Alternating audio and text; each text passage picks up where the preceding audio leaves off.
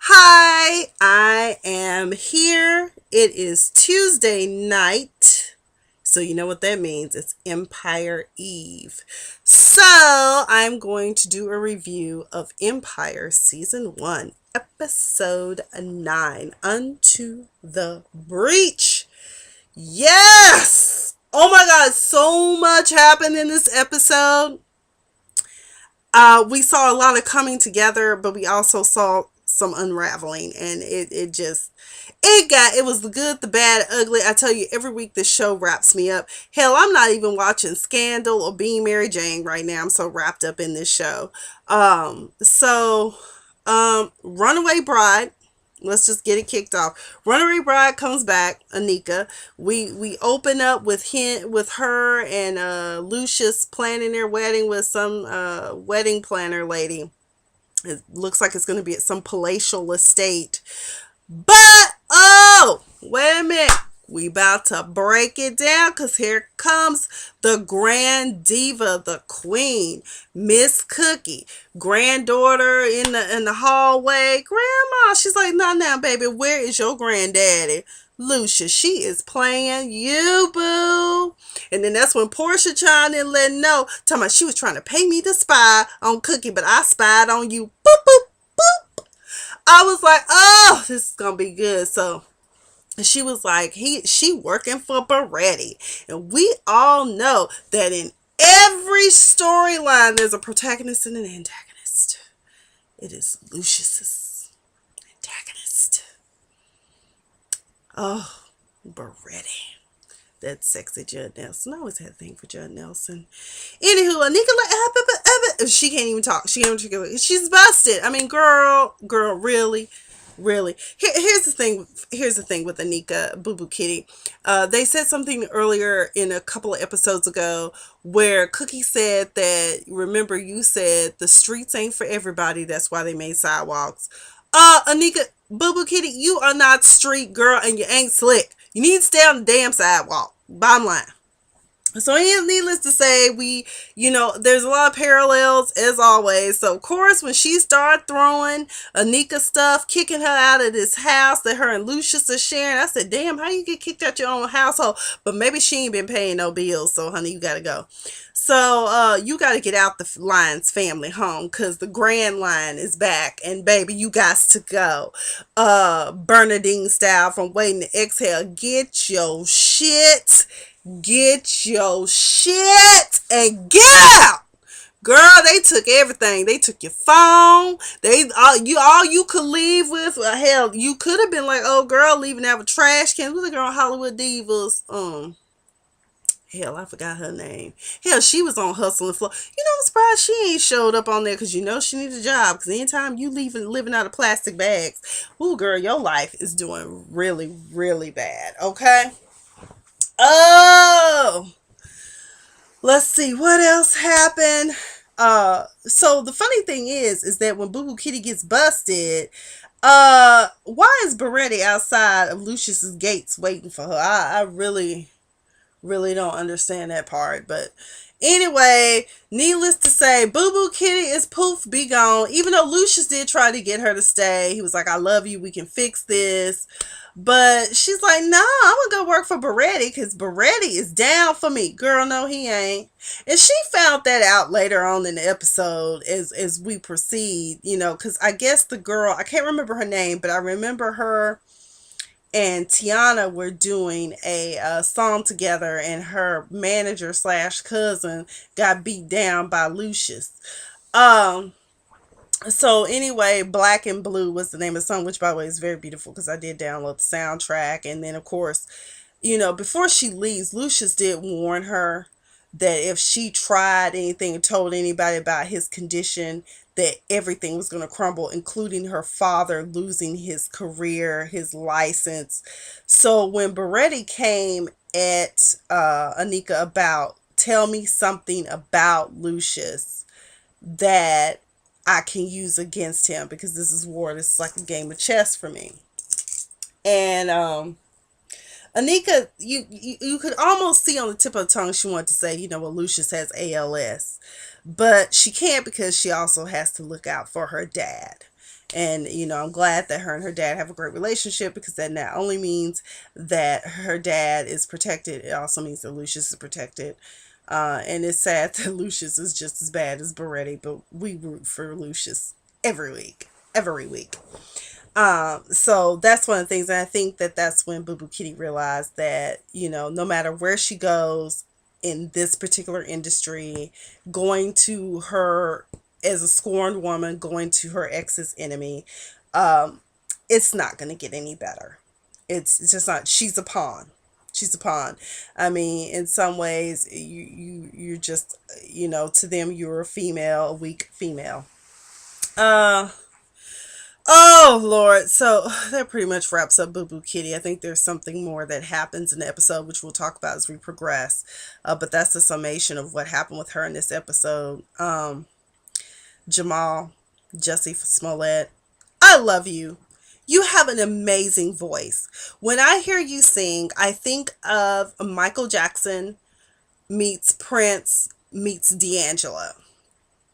But D'Angelo, you are not in the body department. Not yet, but I have a feeling if you just get your personal trainer, my trainer is available, Tony Victory Long Wolf. He can help you out at Victory Training Facilities.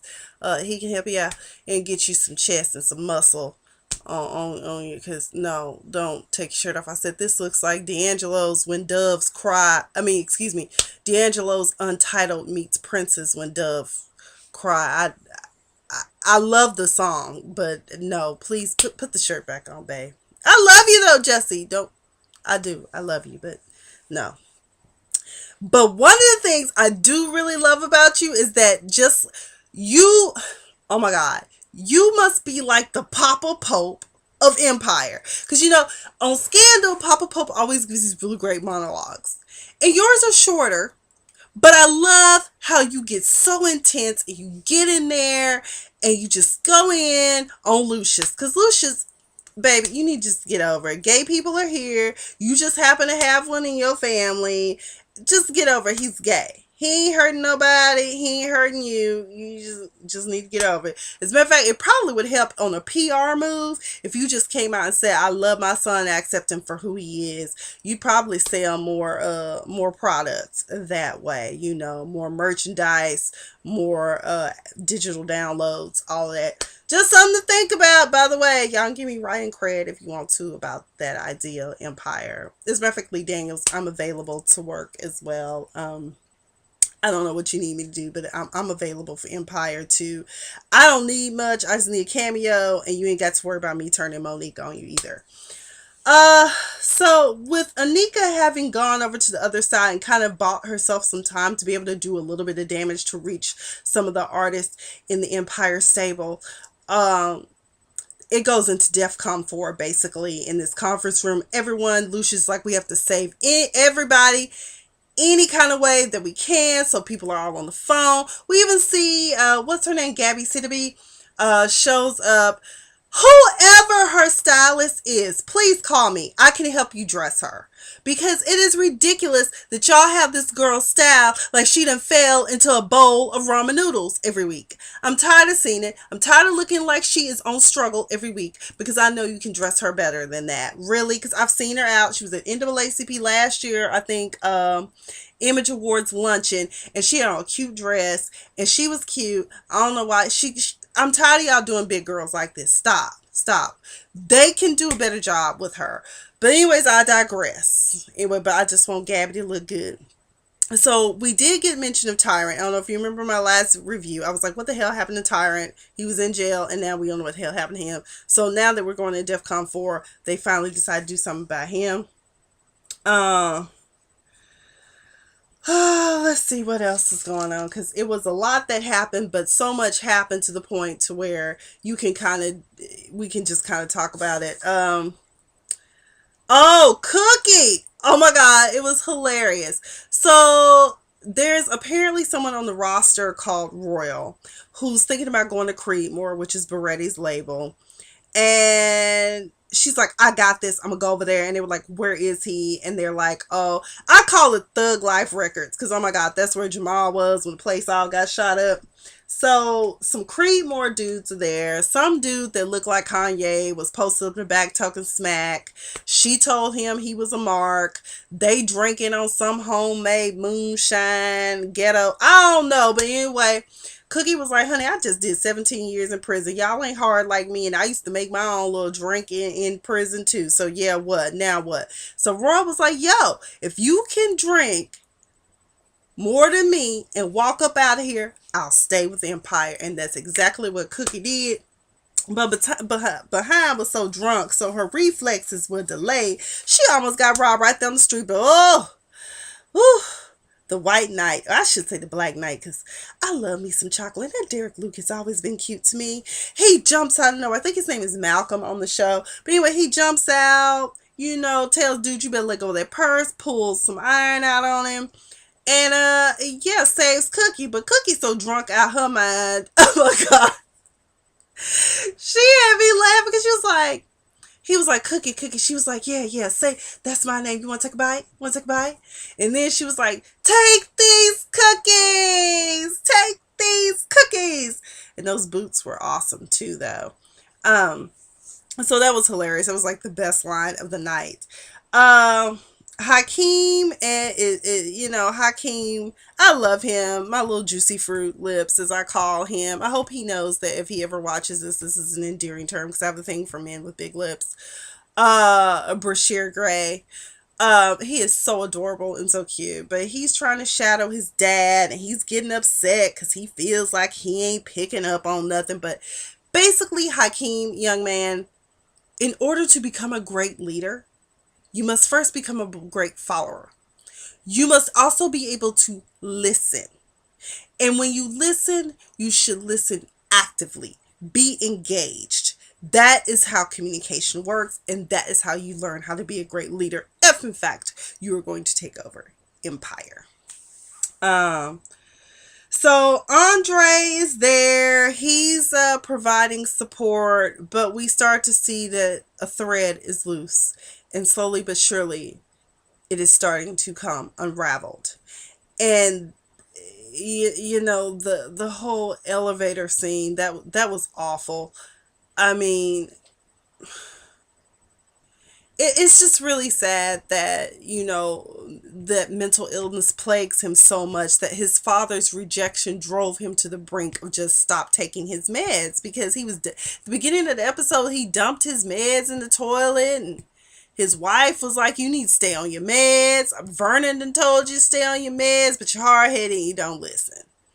But before I go there, let me, because I'm going to close out on that, because mental illness in the Black community is near and dear to my heart, because so many people are in denial about it. But we see that Hakeem is now a mother's son. He had me fooled. I had no idea. I really thought that when he stopped Anika in front of that restaurant, that he was stopping her out of the kindness of his heart. And he was like, yo, you're my family. I love you. I know my dad hurts people, but, we love you and we want you to come back. And then she looks up. Anika looks up and realizes, well, you little shit. You tricked me. Because by the time she looks up, Cookie in the restaurant with Tiana talking to them, and Hakeem and his band of thug friends are standing there, and they basically block her from getting to Tiana. And Tiana and Cookie are having a discussion, and basically Hakeem comes back after he's finished handling Anika Boo Boo Kitty. And she's like, oh, I want us to be back the way we were. And Hakeem was like, no, we can't go back to the way that we were, because I love Camilla. I don't know how much longer that spring and autumn relationship is gonna last, but okay, Hakeem, no, we won't have no more Hakeem, but I don't know. Anyway, that whole Camilla thing, Naomi Campbell is up to something. Beretti, at some point, I can't remember in the episode, at some point, Beretti and Lucius have a confrontation. Everyone gets vexed and starts swinging iron everywhere, as in guns. So Lucius says, "You started this and I'm going to finish it." At one point, I can't remember if that was when Anika went out to the car or if this was when they met up for the second time in this episode. But either way, Beretti called himself trying to clap back on Lucius about something. So he goes, "Your tragedy talks in her sleep and she mumbles your name." And he was like, Lucius was like, "Oh, really?" And he was like, "Because I got what I needed from her and I got rid of her. Oops, I did that to you too." And of course, Beretti is all up in his feelings. We also find out about Beretti also that he had a son that was about 9 or 10 that died from leukemia or cancer or something. So that's kind of his Achilles heel. So we might want to pay attention to that. There's something more there. But I do know that Lucius was there for him in that time of grieving and need. Estelle showed up on this episode. She did a wonderful duet of her song that I absolutely love, Conqueror. Even before this episode, I had that song on rotation because it was very encouraging to me. Try telling me no. I'm a conqueror, basically, so I'm gonna rise up and do what I gotta do.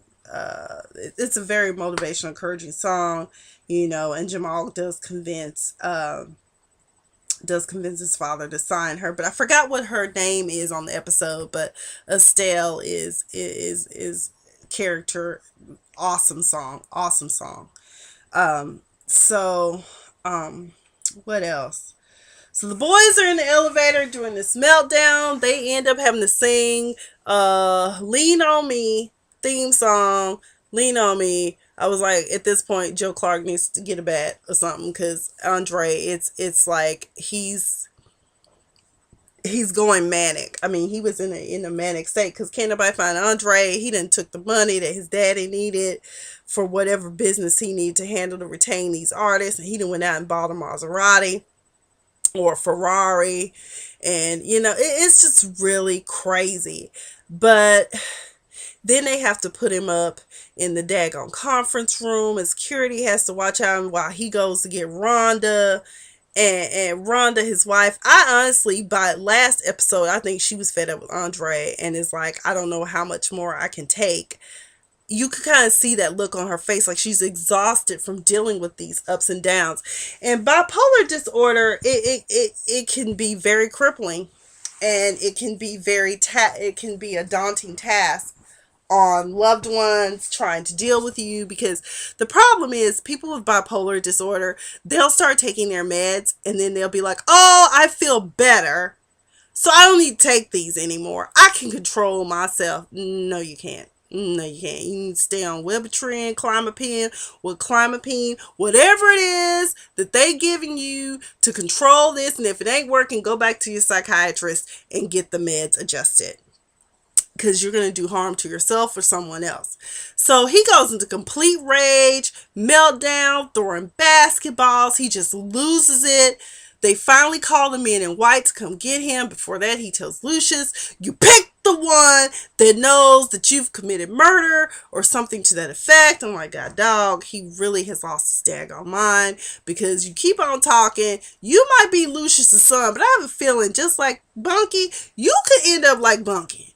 But either way, Rhonda signs off on having the 72-hour hold put on him. And if you don't know, a 72-hour hold is the longest that they can legally hold you in order to evaluate you before deciding whether you need to be admitted, because you actually present harm to society as a whole, not just yourself. But in the Black community, mental illness goes so unaddressed because we have these old school theories. I've been told if you have problems, just pray about it. That's great. Pray about it. But quite frankly, I think that God created therapists and psychiatrists. He created the medicine. or the counseling and psychology services for everyone to use. If you're not comfortable talking just to anyone, you can get help with Christian counselors. I mean, there's all types of counselors and therapists out there, but get help.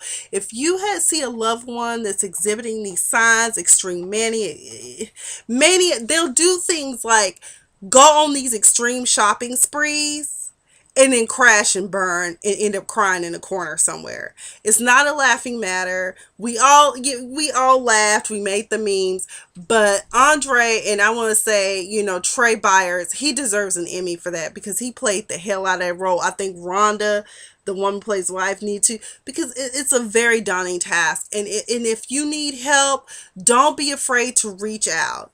I remember when I didn't pass the bar exam for the third time, something broke in me. I mean, I was still functioning, but I was very, very depressed. And, I had to go get help because, I mean, there was just I was in a pit of depression. I was praying, but the direction came for me to go see somebody. So, there are there's plenty of services out there. There are plenty of people out there really ready, willing, and able to help. So, Black people, especially, in any other community that believes that, prayer changes things, yes, it does. But so does also seeing and talking to someone. So I just want to encourage everyone. I can't wait for next week's Empire. We already see Lucius is pulling the usual Black thing. Not my son. Ain't nobody crazy in my family. He doing that. Jennifer Hudson is going to be in this episode. She's the music therapist. So I think it's going to be a really great episode. I think this one is going to be called Sins of the Father. Lucius is going to run into somebody from his past. I'm curious to see what happens with that. But let's keep watching. Let's keep supporting this great show that's breaking barriers and exposing us to so much. But I really, really love this episode because it really showed us the full extent of how mental illness can affect us all, not just the individual that it's happening to, everyone. So I am Miss Sophia the Diva. You all have a wonderful evening, wonderful morning, night, whatever time you're watching this. And feel free to share this video. You can follow me on Twitter or Instagram at Miss Sophia the Diva. You can also find me on Facebook as Miss Sophia the Diva. I do have a public page open and available for you to like. As always, keep it classy and stay fabulous. I'm Miss Sophia the Diva.